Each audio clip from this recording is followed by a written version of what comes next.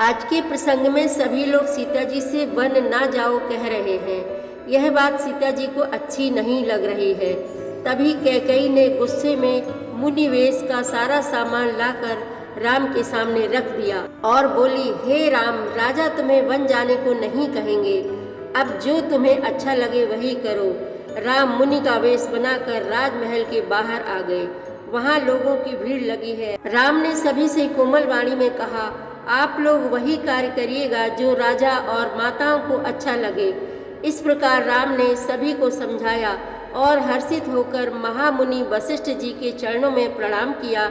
इधर राजा ने सुमंत्र से कहा, हे सखा, सीता, राम, लक्ष्मण को रथ में बैठाकर 2-3 दिन वन में घुमाकर वापस ले आओ। बड़ा कठिन समय चल रहा है, आप भी सुने।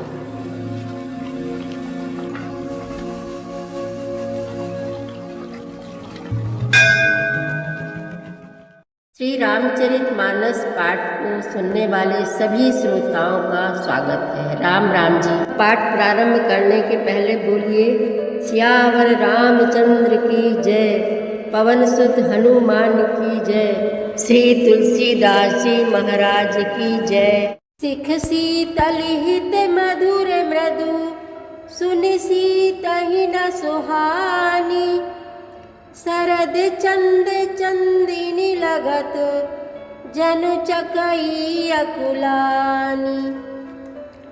यह शीतल हितकारी मधुर और कोमल सीख सुनने पर सीता जी को अच्छी नहीं लगी।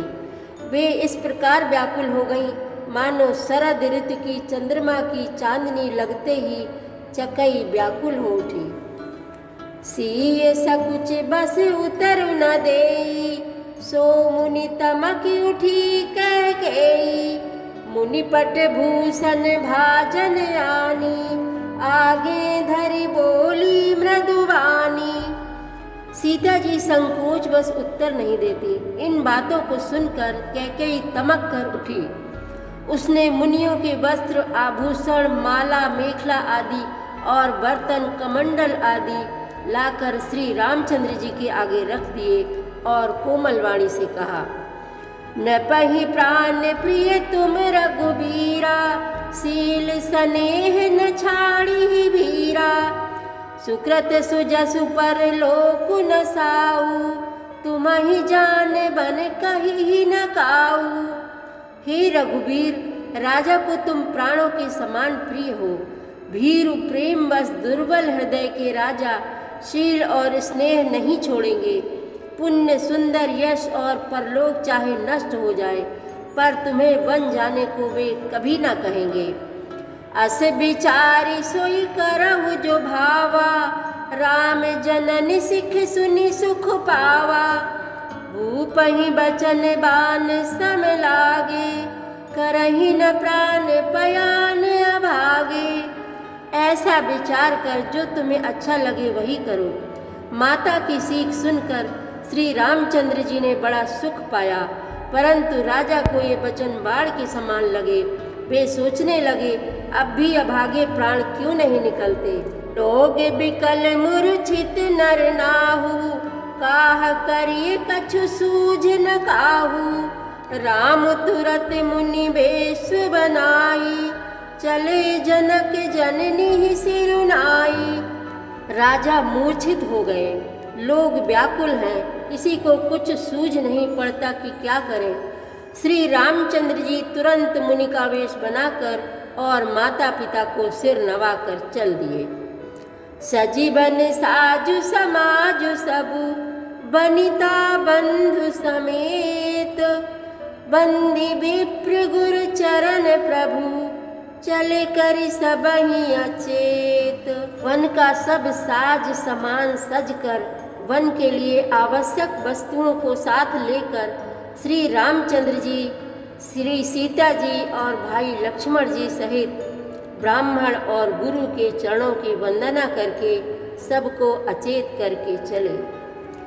निकसी वशिष्ठ द्वार भय ठाड़े, देखे लोग बिरह दब दाड़े, कही प्रिय बचन सकल समुझाए, विप्र वृंद रघुबीर बुलाए।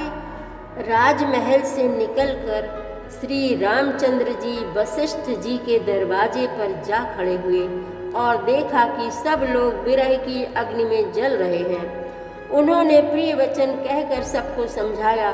फिर श्री रामचंद्र जी ने ब्राह्मणों की मंडली को बुलाया। गुरु सन कही बरसासन दीन्हे, आदर दान विनय बस कीन्हे, जाचक दान मान संतोषे, मीत पुनीत प्रेम परितोषे। गुरु जी से कहकर उन सबको वर्षासन वर्ष भर का भोजन दिए और आदर दान तथा विनय से उन्हें वश में कर लिया। फिर याचकों को दान और मान देकर संतुष्ट किया तथा मित्रों को पवित्र प्रेम से प्रसन्न किया। दासी दास बुलाई बहोरी, गुरई सौंप बोले कर जोरी, सब कै सार संभार गोसाई, करब जनक जननी की नाई। फिर दास दासियों को बुलाकर उन्हें गुरु जी को सौंप कर हाथ जोड़कर बोले, हे गोसाई, इन सब की माता पिता के समान सार संभार देख रेख करते रहिएगा। बारही बार जोर जुग पानी, कहत राम सब सन मृदुबानी, सोई सब भांति मोर हितकारी, जेहि ते रह भुआल सुखारी। श्री रामचंद्र जी बार बार दोनों हाथ जोड़कर सबसे कोमल वाणी कहते हैं कि मेरा सब प्रकार से हितकारी मित्र वही होगा जिसकी चेष्टा से महाराज सुखी रहे।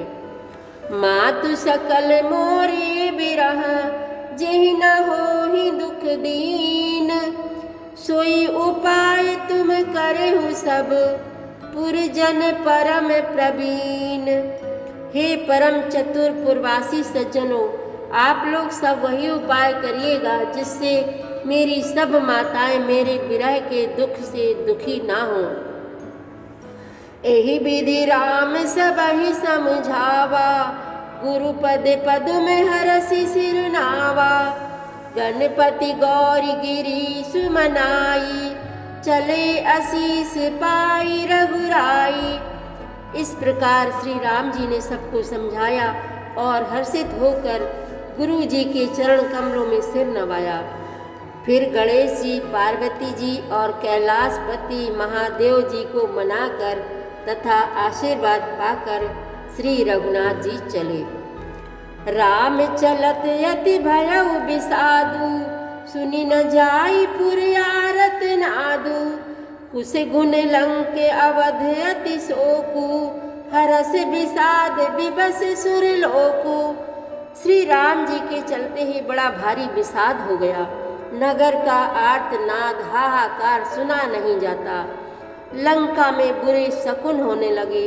अयोध्या में अत्यंत शोक छा गया और देवलोक में सब हर्ष और विषाद दोनों के वश में हो गए। हर्ष इस बात का था कि अब राक्षसों का नाश होगा और विषाद अयोध्या वासियों के शोक के कारण था। गई मूर्छा तब भूपति जागे, बोली सुमंत्र कहन यस लागे, राम चले बन प्राण न जाही, केहि सुख लागी रहत तन माही। मूर्छा दूर हुई तब राजा जागे और सुमंत्र को बुलाकर ऐसा कहने लगे, श्री राम वन को चले गए पर मेरे प्राण नहीं जा रहे हैं। ना जाने ये किस सुख के लिए शरीर में टिक रहे हैं। एहि ते कवन व्यथा बलवाना, जो दुख पाई तजहि तन प्राणा, पुनि धर धीर कहि नर नाहु, लैरथ संग सखा तुम जाहु। इससे अधिक बलवती और कौन सी व्यथा होगी जिस दुख को पाकर प्राण शरीर को छोड़ेंगे। फिर धीरज धरकर राजा ने कहा, हे सखा, तुम रथ लेकर श्री राम के साथ जाओ। सुठी सुकुमार कुमार दो, जनक सुता सुकुमारी, रथ चढ़ाई दिखराई बनु, फिर हो गए दिन चारी। सियावर रामचंद्र की जय, पवन सुत हनुमान की जय।